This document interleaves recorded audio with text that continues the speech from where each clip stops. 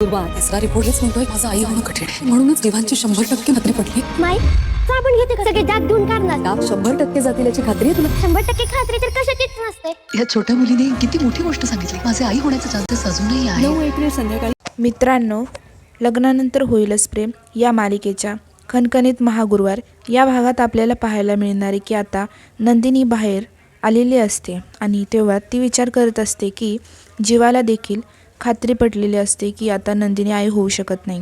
मग आता तेवढ्यात एक मुलगी तिथे येते आणि ती म्हणते, माई हा साबण घेणार का? ह्याच्याने सगळे डाग निघतात.